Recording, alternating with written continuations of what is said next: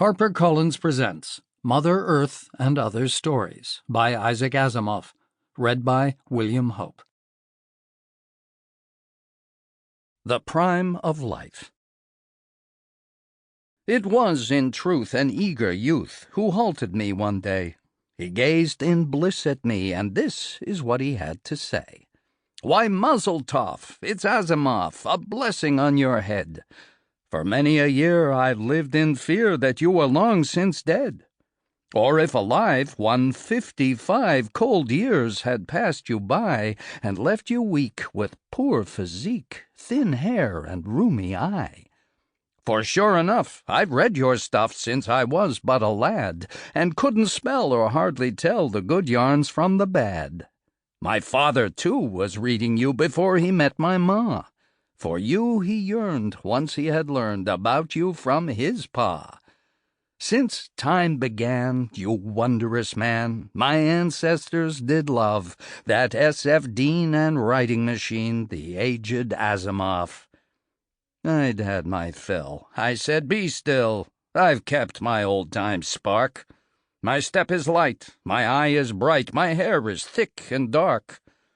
His smile, in brief, spelled disbelief. So this is what I did. I scowled, you know, and with one blow I killed that rotten kid. Mother Earth.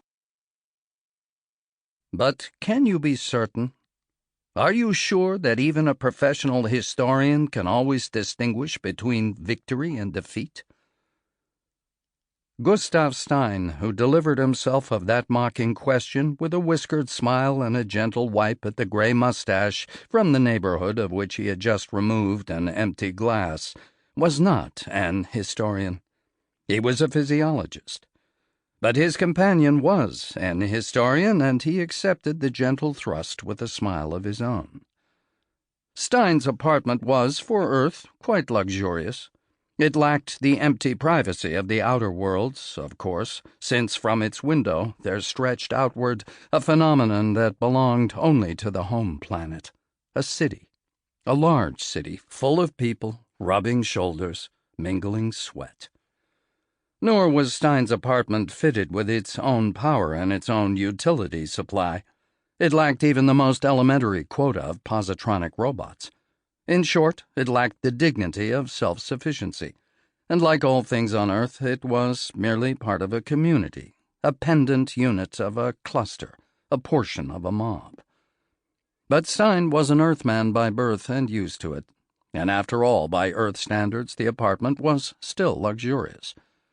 It was just that, looking outward through the same windows before which lay the city, one could see the stars, and among them the outer worlds, where there were no cities but only gardens, where the lawns were streaks of emerald, where all human beings were kings, and where all good Earthmen earnestly and vainly hoped to go some day. Except for a few who knew better, like Gustav Stein. The Friday evenings with Edward Field belonged to that class of ritual which comes with age and quiet life. It broke the week pleasantly for two elderly bachelors and gave them an innocuous reason to linger over the sherry and the stars. It took them away from the crudities of life, and most of all, it let them talk. Field, especially as a lecturer, scholar, and man of modest means, quoted chapter and verse from his still uncompleted history of terrestrian empire.